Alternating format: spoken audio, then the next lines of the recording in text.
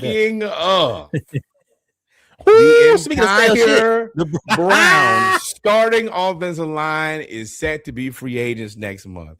That is left tackle Cam Robinson, left guard Joe Bitonio, center Ethan Pocic, right guard Wyatt Teller, and right tackle Jack Conklin. Now, let me tell you, you got to be 10 types of terrible for your entire offensive line. You're just not going to retain anybody. These are the starters, not the backups. It's not, hey, man, we're going to get up. We're going to get rid of our entire second unit. No, the guys who are tasked with protecting our quarterbacks, because y'all always have multiples, they all got fired. Which also means there's no offensive line continuity. So a whole new gang of guys who got to figure each other out. But if this ain't the most, what this kind ain't of they got Cleveland. Run, they got defense. That's the run, and that's not run the ball. That's yelling at the quarterback, run before you get killed. And then you throw in the Deshaun Watson $70 million cap hit. This, ladies and gentlemen, is what you call a recipe for disaster. This, and I'm gonna look him up real quick. This is just another part of the ongoing saga that is the Browns offense, which is why, as a Falcons fan, we are so skeptical of hiring Stefanski. I don't know if this has ever happened before, where all 5 offensive linemen are basically cut at the same time. Not to mention the offensive line coach too. Not to mention DeJuan Johnson. Is that his name? DeJuan Johnson, the first round pick from Ohio State a couple years ago, hasn't played. Got to talk about that because Paris Johnson was terrible too. And then they had a top pick from Alabama a few years ago that just retired. I don't know if he got hurt and retired or he was ass. They can't figure out anything on offense. They can't figure out the O-line. They can't figure out the wide receivers. They can't figure out the quarterbacks. They can't figure out anything. Shout out to you, Ty Monken. That's crazy. Your first day or your first thing, everybody got to go. All 5 offensive linemen. I need to know, Cleveland. Y'all let us know in the comments, because this is going to be a clip. Y'all let us know in the comments in Cleveland, what does y'all cap space situation look like? It's y'all have ruined. To have at least... Deshaun Watson is their explanation of cap space. It over. So, but I mean, you got to have some money outside of Deshaun, because you don't have any offensive linemen. The highest paid players on the offensive line are normally your left tackles. You don't got none of them. Now, who's the receivers? You want to play? Which one you want to play, Reggie? You want to play tackle or you want to play receiver? I'm not going to Cleveland. I'm not going to Cleveland. You think they gotta? You think hold the damn horses here. You think that they got to plan that far down? Do you see the team drafted 2 quarterbacks? They drafted 2 quarterbacks. Neither one of them will start for this team to start the season. Again, shout out to Atlanta Brown. We drafted a quarterback. He may not start. They talking about getting a new one in Atlanta already. And okay, you're correct about that, but he is hurt, and he doesn't cost $70 million for one season. They got damn near probably $80 or $90 million in quarterbacks between Shedeur, Dillon, and Deshaun. And I saw that they might be interested in somebody else. Bringing back old man Joe. Yeah, this is a joke, and it's not funny to me. Baltimore need another team. Y'all got the Ravens. Send them back. They need another team. Somebody else need another team. I ain't gonna say that because the Cleveland fans gonna go crazy in our group chat. But y'all got some soul searching to do over there. You're really just holding on to a team for the sake of saying we have a team. It can't be fun. When was the last time it was fun to be a Cleveland Browns fan? Before Josh Gordon got caught. Nah, I think you mean Jim Brown? No. Josh Gordon set the single game receiving record. Eric Metcalf, the 80s. Nope, Right. that was heartbreak because you lost to John Elway on the 99-yard drive. Wow. At least we ain't got no expectations in Atlanta. Y'all just expect to be good, and I don't know why. 42 quarterbacks later. And counting. And let's be real. The 3 they got is not the answer. You gotta find a whole new in the draft. quarterback. What y'all gonna do? They about to run the wing. Now I'm gonna tell you right now. I would not. If you think you're gonna draft me to play quarterback in the Cleveland Browns, hell no. I'm not going. I just thought of something. And it's such a terrible thing. It's a terrible thing for me to say, but I gotta say it. Y'all know I gotta say it. Got a little drink over here. I would love it. Would make great cinema, but it's real. What's the people? It's real Hunger Games-ish from the rich standpoint of just watching misfortune happen over and over again. What if they sign Tua? They can't. It costs too much. Don't worry about it. The finances will not let that happen. And let's be real here. First of all, Roger Goodell, if you let Tua go play behind this non-existent offensive line, it won't be a DeMar Hamlin situation. He will not get up. It will not be a miracle. It'll be over. It would not. And why would you, if I'm Tua, I'll be offended you said something like that, bro. You know why? Because I'm already living on a prayer. And you gonna put me behind the new Cleveland Browns offensive line? Did they just control all the leader? You signed the waiver. You signed the waiver. That's your fault. It's your fault, brother. And this is the thing, Jimmy Haslam. This I would be a little bit more okay if you were like, all right, well, the Cleveland Browns are terrible, but the Milwaukee Bucks don't have any problems. Let me tell you, you are right now at the head of 2 of the most dysfunctional franchises in sports. It's you. They need to take these teams from you. You are ruining them and have continuously perpetuated being terrible. The Milwaukee Bucks have no plan. And you know who has even less than a plan than the Milwaukee Bucks? The Cleveland Browns. You know what's funny about both of them? They both have generational talents. They have no chance of winning a championship. Giannis Antetokounmpo and Myles Garrett. You just wasting some of the greatest athletes of our time. You create the new Detroit Lions. It's your fault. Both of them. I held them in the lowest of esteem. Y'all decided to sign there and do all of that. Y'all decided to take Kev, did you hear that? That is a new level, and I plan to use this to disrespect somebody very soon. I want to let you know I hold you in the lowest of his esteem. The lowest. You know what that means? I don't respect anything about you, and I have no expectations for you. Zero. Took the money. You couldn't let me down because I knew that you wouldn't do anything of value. Y'all did it. Everything that comes out about Cleveland is like a first. How are you the first of everything bad? You sign a quarterback for $70 million. You have the offensive line that is all 5 at the same time. That, please. You please drafted 2 quarterbacks in the same draft. Can you write that down? How y'all the you first? You had 5 quarterbacks on one roster at the same time. All the worst things. First and worst. God, too mighty, boy. First to worst. First and no. Not first to worst. That's a dream story. They first and worst. Dreams and nightmares. This is awful. And look, man. And the thing is, I try to be objective when I talk Cleveland, just so that we can have a conversation. But this is terrible. This is terrible. Y'all hired a 70-year-old coach. He's the oldest coach to be a first-time head coach in the NFL. Another first. Oh, you know what that Another is? worst first.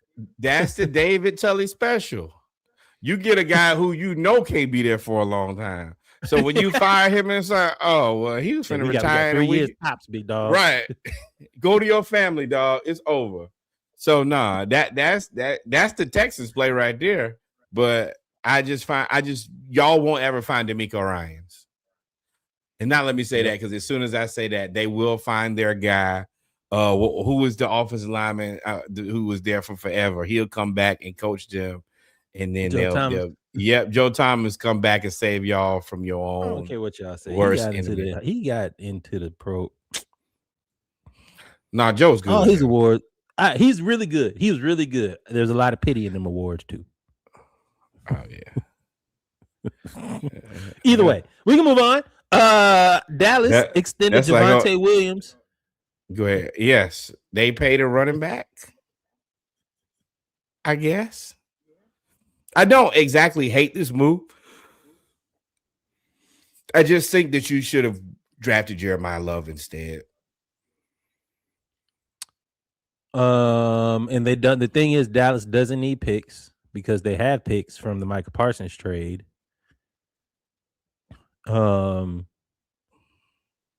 Javonte Williams is good and sneaky. If you're watching, please hop in. This is your team. But I expected them to. I don't know the contract. I didn't see the actual numbers. I guess I can look it up real quick. It's $24 million over. It's 3 years, $24 million. So $8 million. So $8 million a year. As Sneaky says, let me turn the comments back on. As Sneaky says, it's a team-friendly deal. That doesn't necessarily stop them from drafting Jeremiah Love. And it makes it now in a very attractive trade piece as well. Oh, see, now y'all coming over to my side when y'all see these transactions. Y'all like, oh, well, the good thing is we can get rid of you if need be. Yeah. Welcome. And I do agree with that part. But yeah, I just think that him and Jeremiah Love would be kind of redundant. But I think that you should take Jeremiah Love because you guys just need to take a real live running back. Because Dallas is better. About both of them is they both get hurt. Jeremiah Love was hurt. Javonte Williams got hurt. Them together probably is crazy. Fusion. Our powers combined. Run it up there. So maybe that's it. Maybe they'll be dynamic with half as many carries between the two, and they won't get as hurt. And I will say, right. And as soon it'll be 18, and after that it'll be 20, and maybe it'll be 25. Shout out to you guys for that. But I will say that having a running back and drafting a running back does allow that guy to kind of develop. And I think that that's one of the things that college football has run away from is development. I think that I don't know if players develop at any level now because the concern is winning and getting paid. Nobody's going to invest in long term because potentially if you spend all this time developing a player, he could end up going somewhere else just because of the money. So HBCUs, right? This is where you can do it. Develop, pressure, because you're right. There is no development. You got to win immediately. Everywhere, win or go home. And there's no development league. At least the NBA, you have the the G League. You have so many other leagues that you can go to play now around the world. Football, this is it. You go to Canada. Yeah. And even basketball, it's really you got to be top tier talent, and they just send you. It's really like they're basically sending you back to college after they get you on the roster. Oh, we got you in the building. Go to the G League. And that works for them, but in college football, NFL, you suck at the G League. Go back and play college. I know this ain't really the time for that conversation. I don't care. Them guys suck. You got to show me a guy who you go all the way to the NBA and then you get sent back to the 9th grade team, and you can't bust their ass. Go home. And you got him by about 5-6 years too, big dog. 25, 23-year-old freshman. Right, but that's the other part. You be 23 years old, and you didn't already do no whole lot of schooling the first time. Now you got to go back and try to get into a class. Good luck. Yeah, but you know, it is what it is. Man, we have strayed off from the point. But yeah, shout out to Javonte Williams. Never gonna hate on anybody getting their money. And then finally, I was about to say his HBCU. Finally, so the Dolphins have decided to blow it up. Your boy Tyreek Hill has been released. Tua is going to, I don't know if he got released or he's being sent home. Mike McDaniel's been fired. Bradley Chubb has been released. This is just the tip of the iceberg. I wonder where Tyreek Hill ends up. Everybody, of course, is thinking about Kansas City. You still have to figure out about his knee. His knee just blew up. His leg dislocated. It was pointed in a different direction. And then Bradley Chubb had the Achilles. And those talents that you could see the thought process of bringing all those people together. But now, like, what you gonna do? Consignment. They got to play for pennies. Consignment contracts. And I think that, I mean, that is kind of the good thing is I think Chubb has made a decent amount of money. I know Tyreek has made a boatload of money.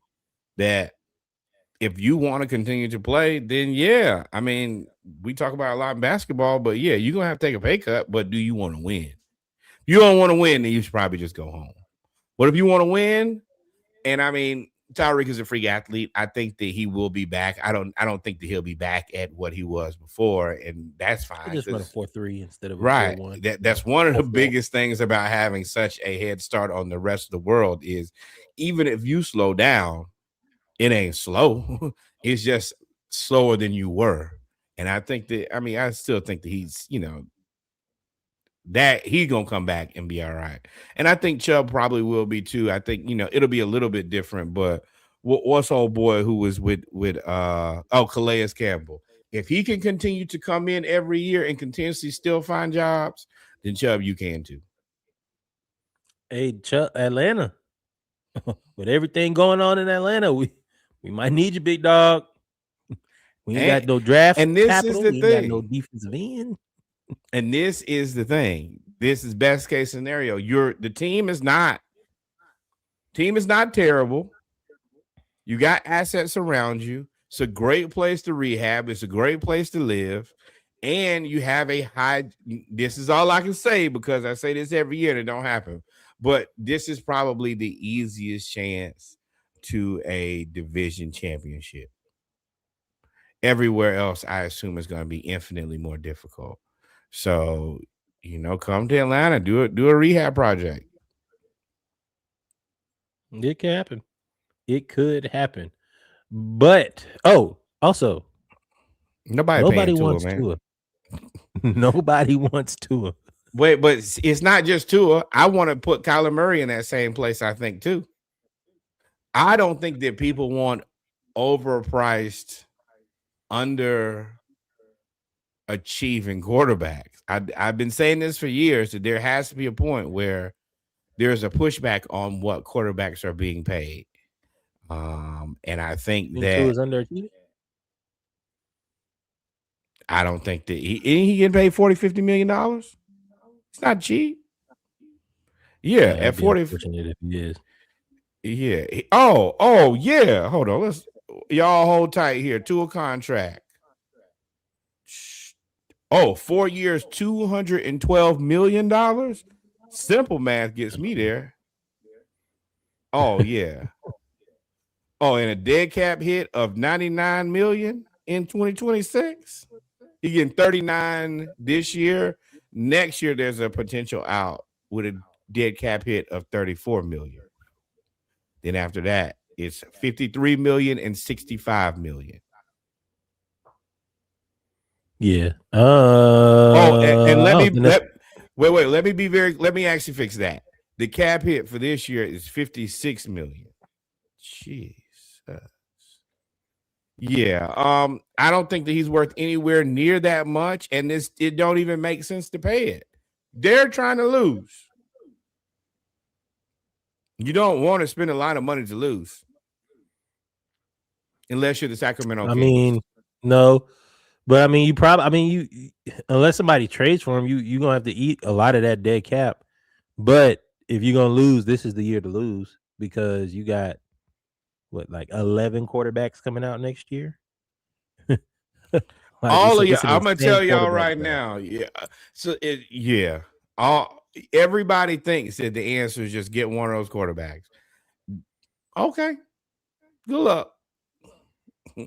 But Miami, y'all put yourself in a situation. Quarterback this year. So with that, for me, Miami, I don't know what to tell y'all. I almost made a Young Miami joke. I almost made a Diddy joke. That was the joke that I was gonna make. Take that. But with that being said, ladies and gentlemen, we've come to the end of the NFL segment and I guess the end of the football segment of episode 220 of the Splashcast Monday Night Raw. We're gonna take a quick break, and then we're gonna go right into basketball, Hawks talk, and a couple news around the league. Not so much, but really some Hawks talk. Here's the hoping QBs get reached on before 12. That is not happening this year. Arch Manning is going to be Norwood's new Trevor Lawrence. We'll be right back. Y'all stay tuned. You ain't wrong. I'm skeptical. Eyes up. I'm watching. I see him. With that, we will return here soon and very soon.